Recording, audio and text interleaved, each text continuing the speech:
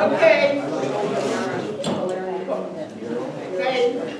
Not so much peppers now, because when people talk, the ones that are in the audience, you got to be quiet to hear them, and then you got to be quiet to hear the ones that are speaking up on the panel. Other than that, I don't care if you sort of suck it in and smile and grin and giggle a little bit. But you got to be able to hear each other speak, and you have to make sure that when you talk like you're talking to the kids at home, and you got your voice up, sort of. I have a question for the whole panel. Sure. I would like to know from each of you what has been the best and most unexpected gift for you from being with bees. Okay, then we'll go right down the line with them. Oh, you gotta go right now, Joe. It's your turn. Okay. Well, I think there's not one moment because it's really about. I think that it's the.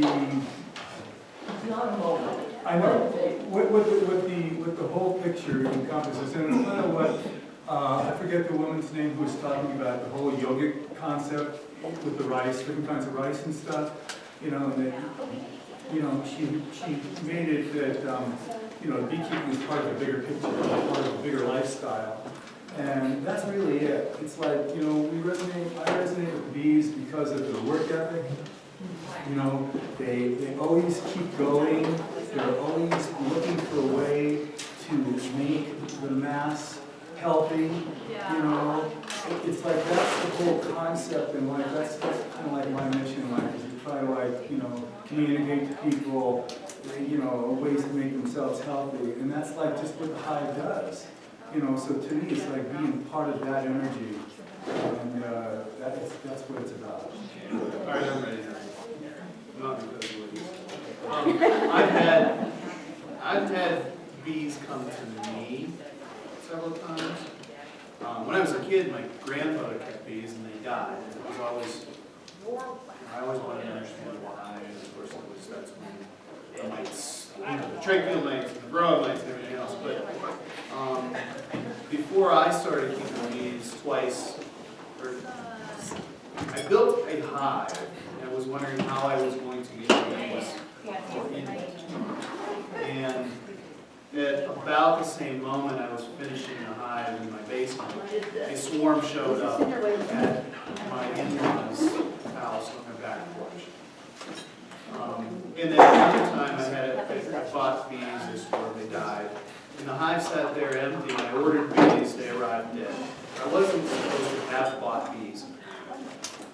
So in August, when I was mowing that old hive was sitting there, I noticed that bees had come back to me again. So twice bees have come to me. I guess I'm just trying to figure out for years what they're trying to tell me my path is. And I've had some other things happen. I fell out of a tree when I was a kid, nearly died. I had some weird experiences from that. So I think I'm on a path, but it's like one of the other speakers had said, you don't know what the dots are or how to connect them. And so I'm still trying to figure out what the rest of the dots are because I'm on a path, but I can't see where it's going. I think bees are definitely part of that path. It's kind of capturing where I am. Wait, so he can talk. Cute and fuzzy, and bees and bee products have so many uses, like bee venom, bee used to treat diseases, honey, what you've done. sick,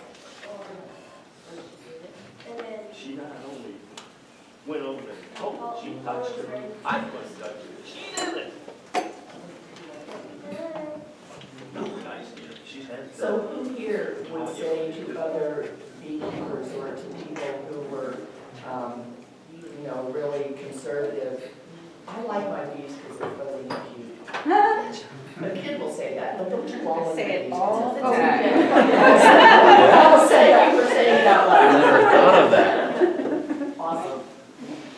For me, primarily, what gives me satisfaction is simply I'm doing something.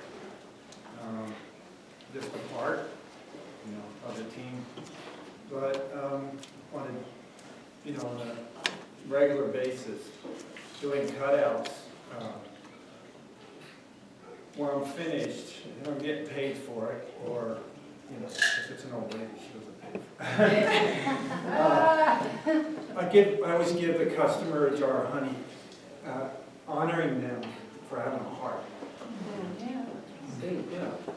It's all contagious, so, but, just doing something, that's all I gotta do something. Pick up a piece of paper. So, it's a lot more than picking up a piece of paper, but you get my drift. It's a lot of fun, For me, I told you some of that. This has been a progression for 10 years. 10 years ago, I was finished with pretty much trying to raise children and educate them and launch them into the world or relaunch them into the world. Survive what they were doing in their own lives and the decisions they were making. Not that they're bad children. Neither one have been arrested. They're both working full-time jobs. Anyway, they're 30-somethings, so now you know where we are. But also, my husband had been public school teaching for decades, and it was starting to take a toll. From things that we were seeing going on in society with society's new generation, we were both horrified.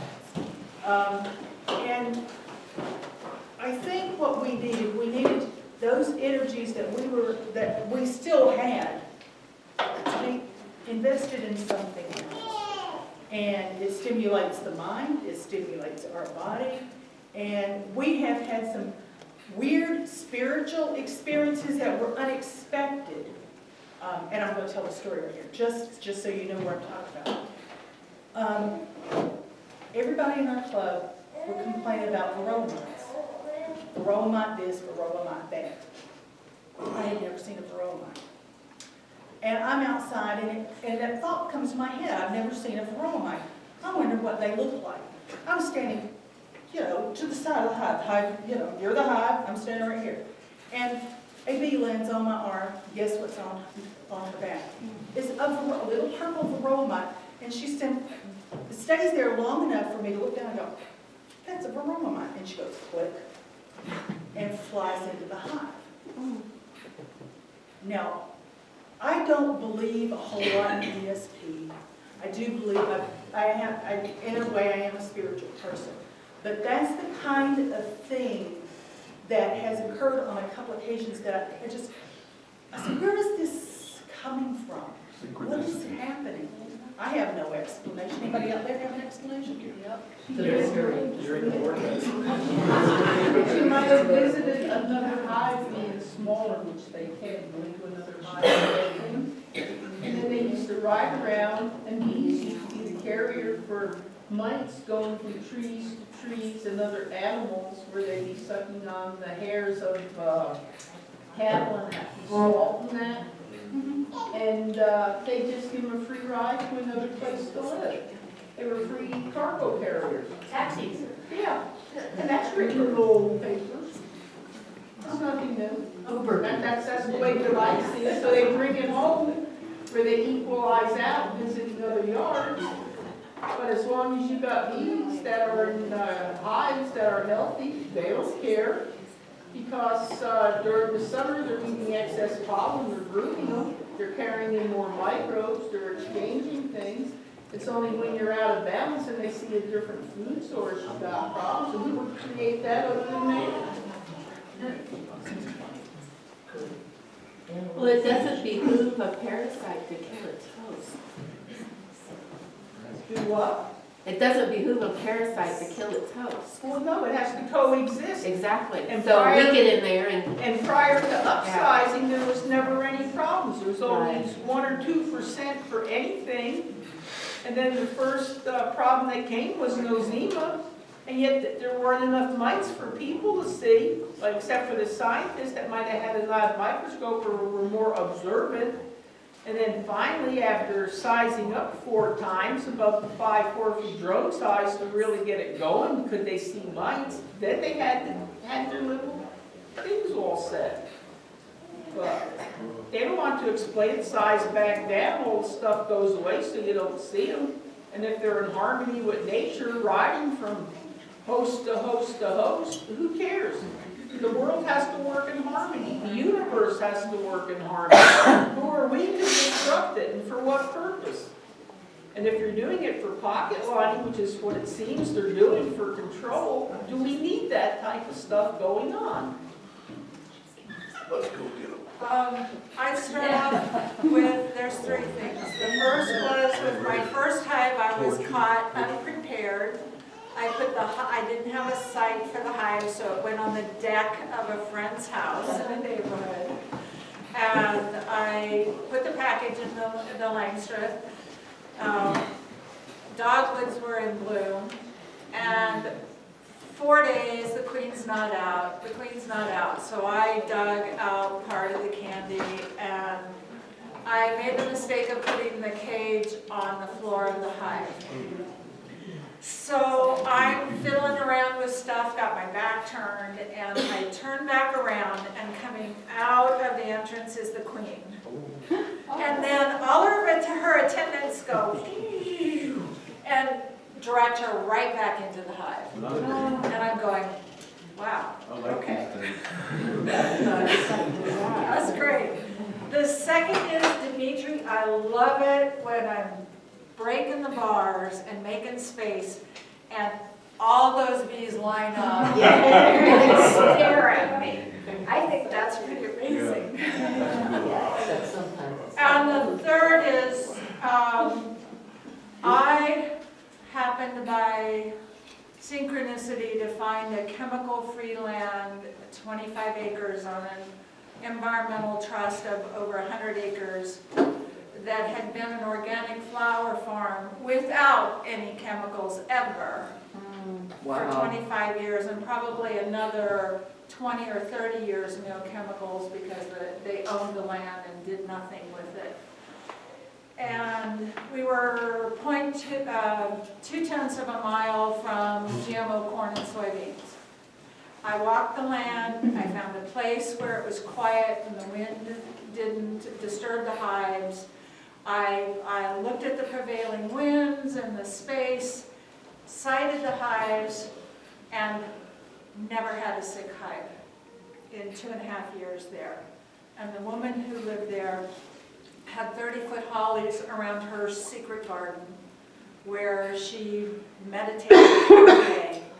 She blessed the trees. She could walk by them and never get stung. My mentee who lived on the property, he'd walk down and he got a head sting every single time. So he did full suits, but it brought me back to how connected I was with the sentience of the planet and all of these living beings around us when I was young. And this land and this place of nurturance with a person who always wanted bees, and this kind of reciprocity that she could sit in her garden and here, be in the center of this hum. And I sat there once, it was magnificent. And to have this constant and very definite exchange of energy and awareness was, it helped me connect with what was important to me.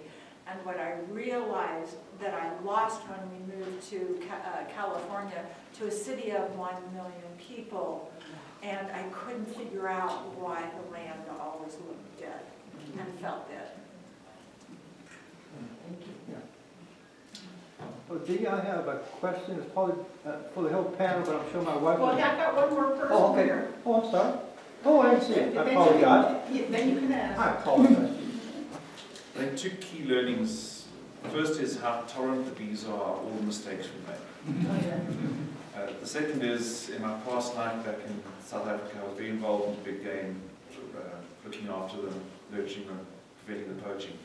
And I learned there that there's a natural law in nature.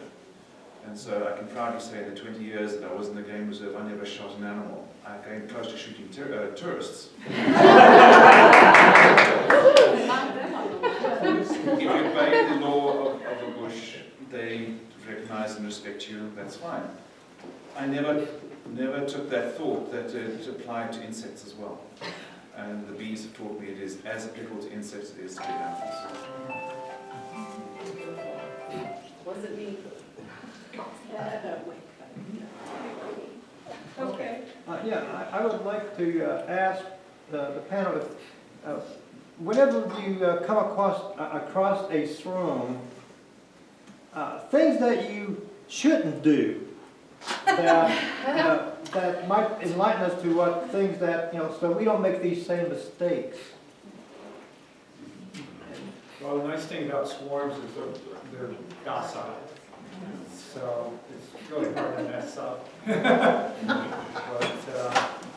But you can have your box on top of the ladder, pretty high up in the tree, and you didn't have your box bounced correctly, and and just 20 pounds of bees drops in and the whole thing falls down on the ground, 10 feet down. You didn't do that, did you? No, it's just. He dropped the box on the ground. I was holding the rope, Oh. and he ran off. And the box is slipping. No, but swarms are pretty easy, Just make sure you got extra boxes, because they might be really huge and they won't all go into just Yeah, one box. that's pretty cool. Yeah.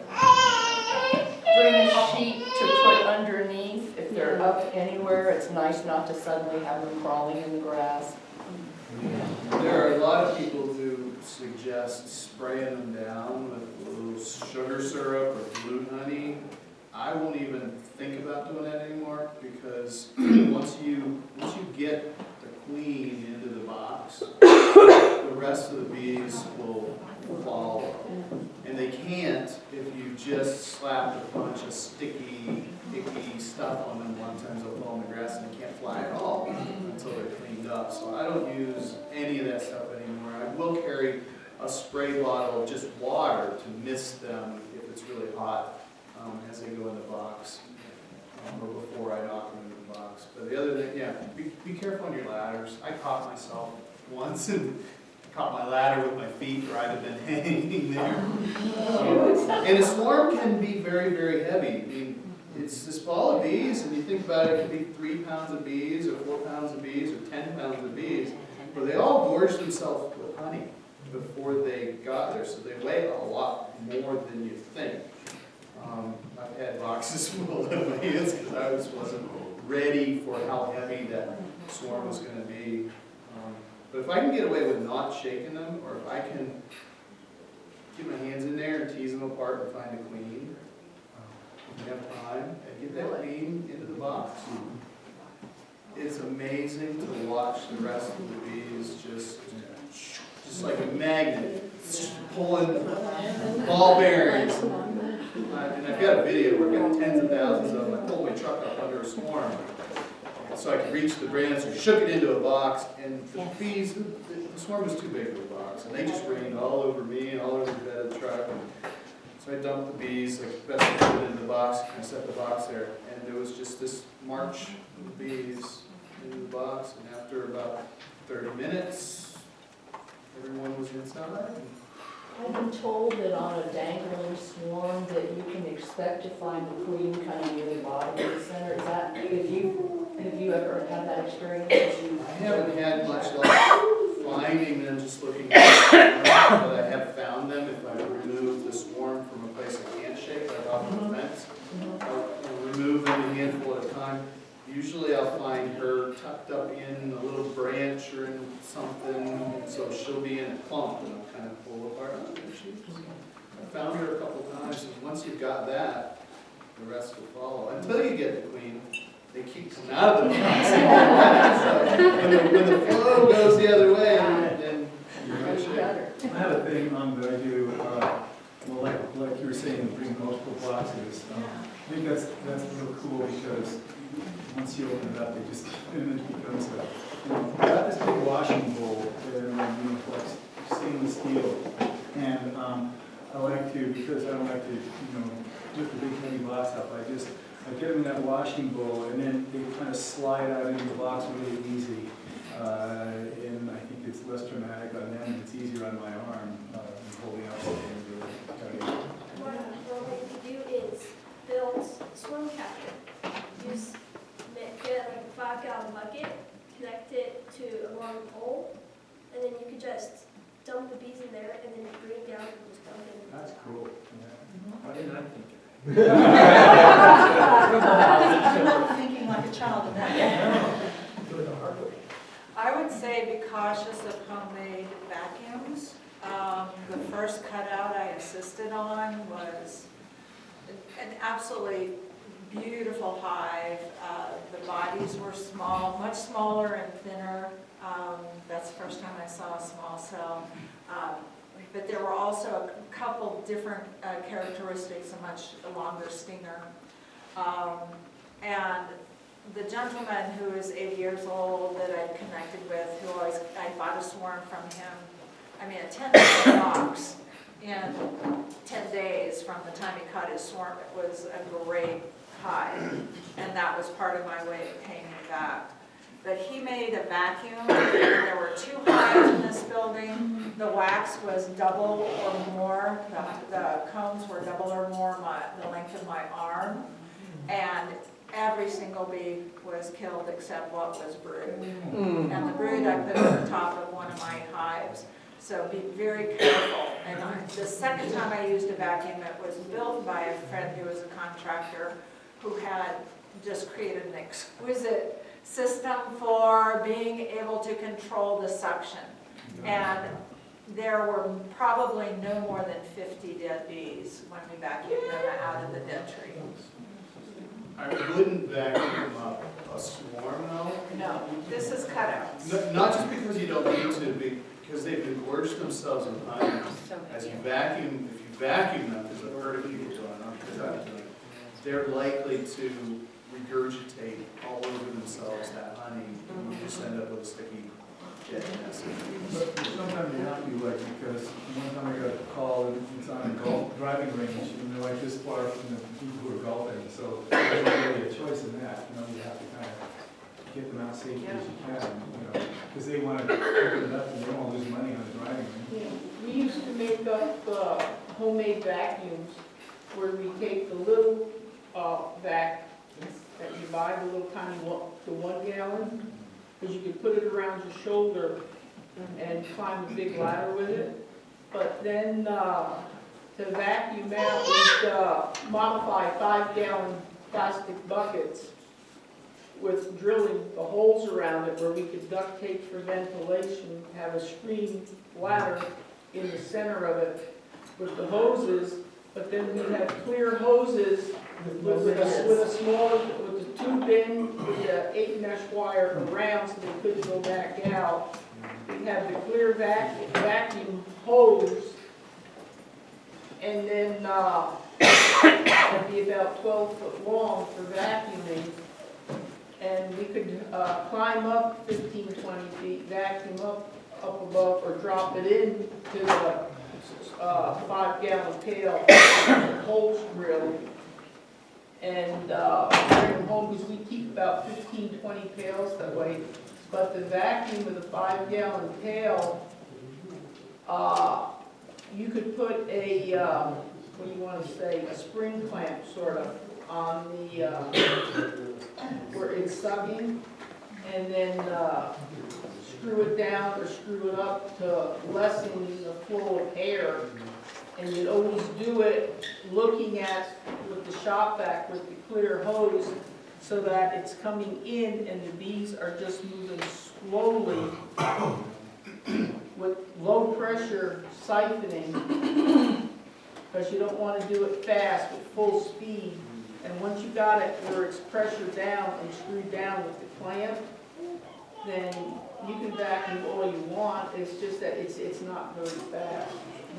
And then they just come in, they go down the tube at a slow pace, go into the bucket just like the dumping, and you don't have your wings apart, you don't crush them, you don't, there's none of the stuff that you're talking, but you gotta do it at a very slow speed. Are you talking about the hose that's clear, that doesn't have any ridges on it? Yes, yeah.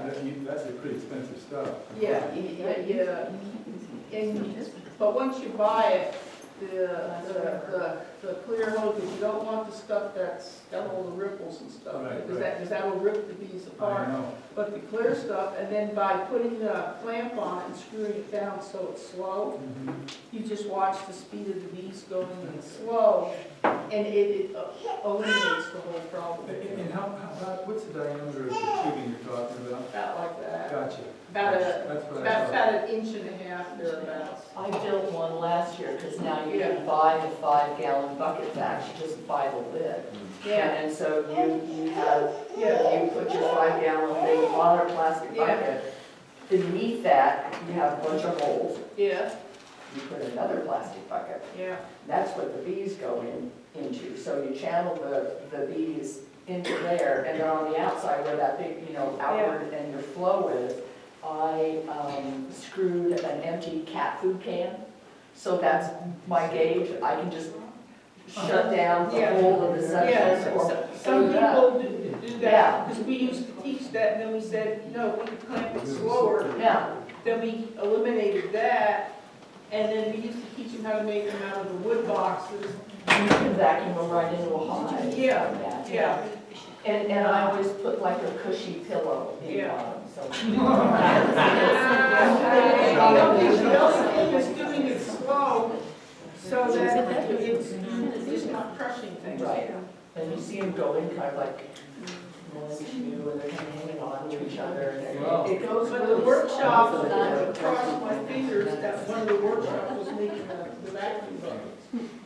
Because I taught that for years, how to make it out of wood or how to make it out of 5-gallon plastic pails. I'm hoping the 100 videos you did that. Okay? This is kind of an ethical question, whoever wants to answer it. I would really like to be, when we get our bees, be able to use some of the propolis, some of the pollen, or maybe even some of the cappings of the wax. But we know that, like, for our first year, we shouldn't take anything from the bees. Not necessarily. I'm just wondering, like, how do we know how much we can take of the propolis or the wax? Okay, the propolis you can scrape off the frame, that's for the top, that's no problem. The wax, if you're extracting, you take the cappings. You don't do crush and strain, because once you crush and strain, if you have a bad year and they can't rebuild it, you don't have combs. And that's how Foundation came on, for mimicking, repairing old damaged combs is what it was, and giving them the wax. But you say how much honey and everything they have there.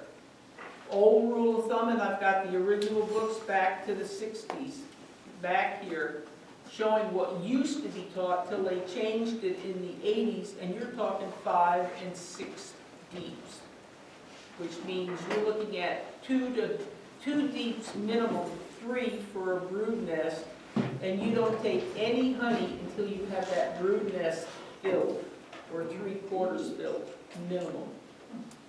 And so you're talking minimum 4 frames, 5 frames of brood in the center, and then you're talking the other 5 to 6 frames, honey and pollen. And you're talking at least the second and the third box filled before you can even take it for yourself, because it's no different than cattle, dogs, cats, sheep, goats, or whatever. You have to have food, that's the food in the barn, unless you want to buy a 21 cubic foot freezer and save the honey, or extract it, put it in 5-gallon pails and feed it back because you have to have backup reserve that's real food, not the junk. So you might as well leave the 3 outside frames. Each frame on each side used to be called thermal regulation, which is heat control in the summer. It's cold control in the winter. Each frame is an R17 value for insulation, like in a house. And so you can go below 100 degrees zero, you can go above 120 degrees heat, but you gotta have the insulation, which is food, and then you have to have the bees in the center to radiate the heat, use it for feeding and for brood. And once you've got 3 deeps, the only thing is, if you're starting out and you start 20 hives that way and you work up, you better have another 2 boxes above once they go for honey getting, because once you hit 10, 12 frames of brood, you're taking honey every 2 months, minimum, if not 1 month on a huge flows. What about pollen? Can you ever use pollen for yourself? You can use pollen, except that we used to trap pollen, because I used to sell 2,000-3,000 pounds of pollen a year. But I took the traps off because every now and then we'd hit 6, 8, 10 years of drought conditions, average. And you take the pollen out of the hive, you can cut the brood rearing by more than 50-60%, because without pollen, there is no brood, there is no maintenance of the hives for going on. And pollen is key even in winter. You cannot get bees through the Nordic states, Canada, Russia, without pollen for periodic brooding. And it has to be budding up to the brood nest, which is where they put it, with honey around with a cap, and then as it goes to the sides, it gets slightly bigger size and more honey. But you've got to have pollen. And so when I used to talk pollen traps, of which I found slides back there for pollen trap making, and then how to make, use the embossing roller I didn't know I had in my carry-on that I brought here. Of course, I pulled something I hadn't seen in like 15 years. I got they gave me a slide projector I can show later if there's time. But the pollen, when we did the traps before they started selling them with Sundance and all the rest of them, we had little front pollen traps, which I got at home, we'd make, put on the front. Or we'd have the underneath one that would hold 10, 12, 15 pounds of pollen. And we'd take it every month and dump a whole box that every 3 boxes dumping every 3 hives would be a 5-gallon pail of pollen. They'd freak out. How would you get that much? You've got to have strong hives. And the only way to do it is when you put on a pollen trap, you have to bypass pollen for the bee's needs with the little entrance centered right above the pollen trap. And then you have the entrance closed off so that the bee